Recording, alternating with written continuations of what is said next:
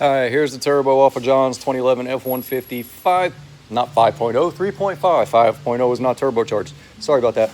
This is the left-hand side, which is the driver's side. It had a failure going down the road, and you push on the throttle, put it under load, it'll start to rattle.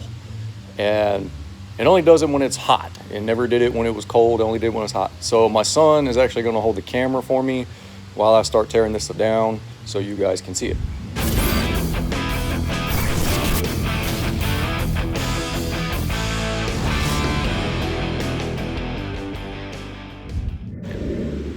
All right, so first I'm going to take off this clip right here without poking myself, hopefully. So I can get this line out of the way. It's got these O-crap clips. I'm gonna call them O-crap clips because once you release them and they go flying, if you don't see it, O-crap. You know what I mean? So, yeah, these guys are O-crap clips. Look how crusty that is. It's pretty gross. Anyway, there's that. We're just gonna start zipping bolts out of this thing. We're gonna take this heat shield off of here. Oh, not in pizza. Are you a 10? You a 10? No, you're not a 10. If I grab an 8, that's an 8. Yeah.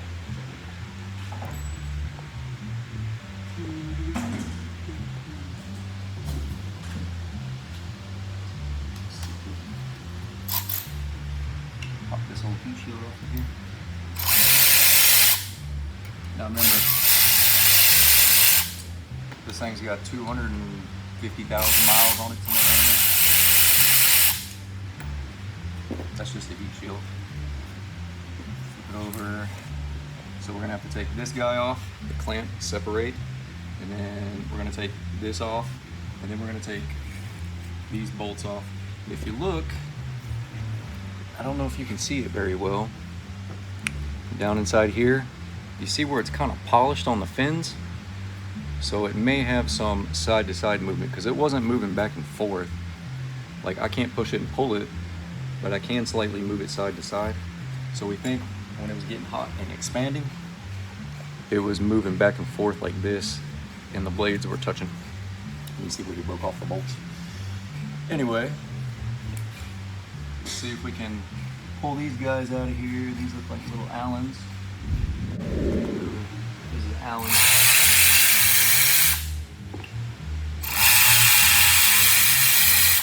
Those valve cover gaskets leaking too. That's why this thing's got oil all over it. That's cool.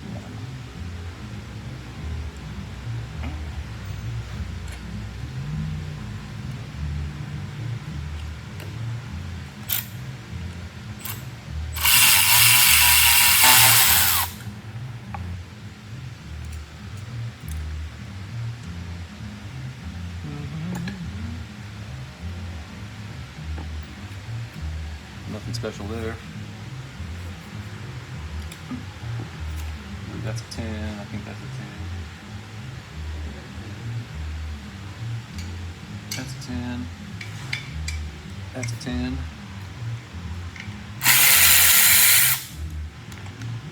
See if I can get down there. Probably gonna need a shorty.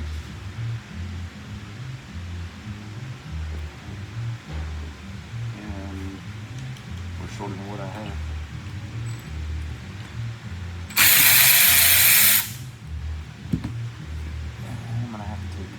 That off.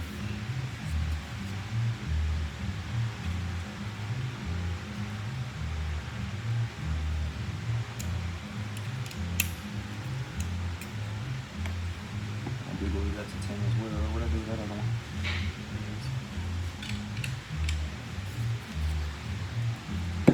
Taking off the actuator.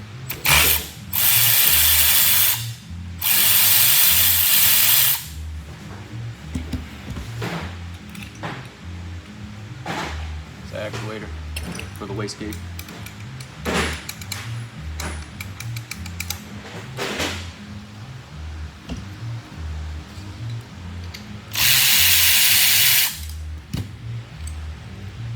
See if it'll pop off.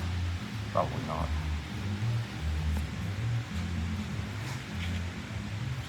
Got a bunch of junk in there.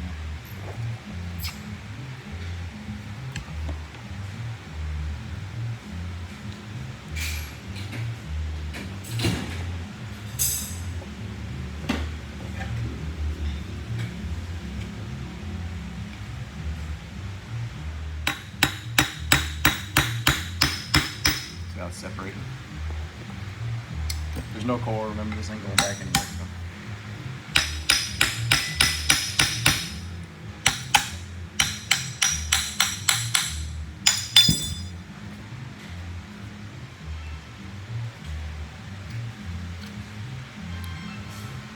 Let's see if there's any.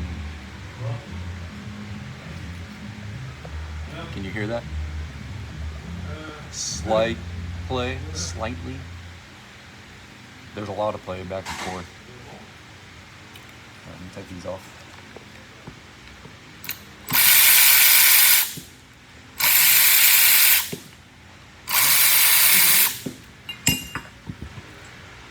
It's pretty nasty in there. Take these out.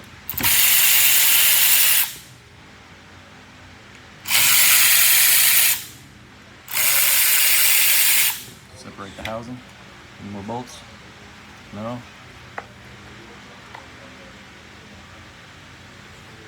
See all those polished areas right there? That's where it was hitting. Yeah, you can see it. Give me my pick here so you can see. See right here? Right around in here.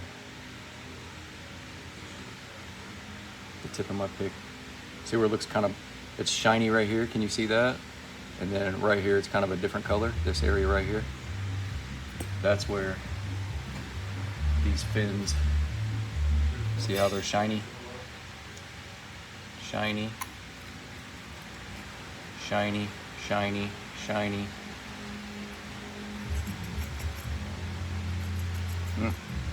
So that's what was wrong. That's what was causing this rattle when it get hot.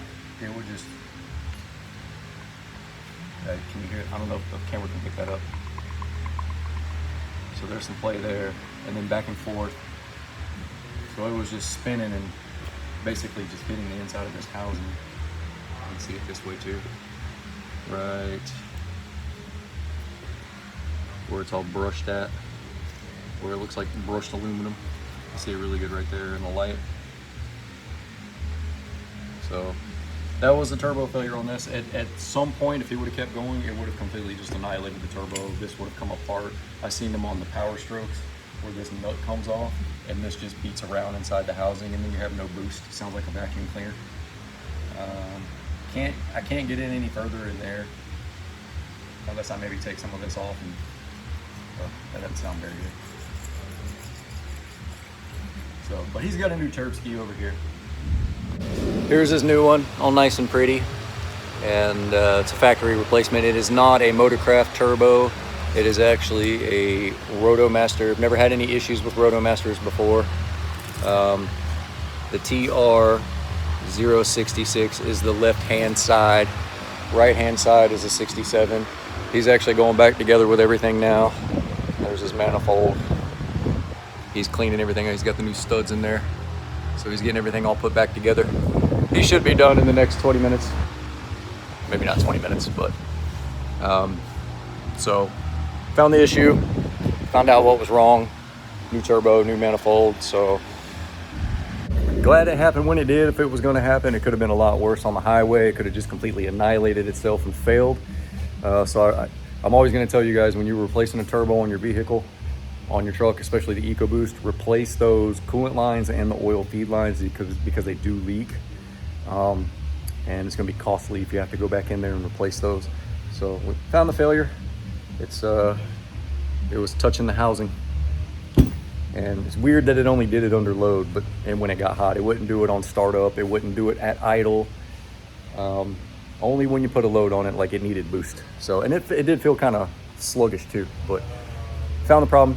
Got a new turbo, gonna put a new turbo on it, call it a day. I love you guys, I'll see you on the next one.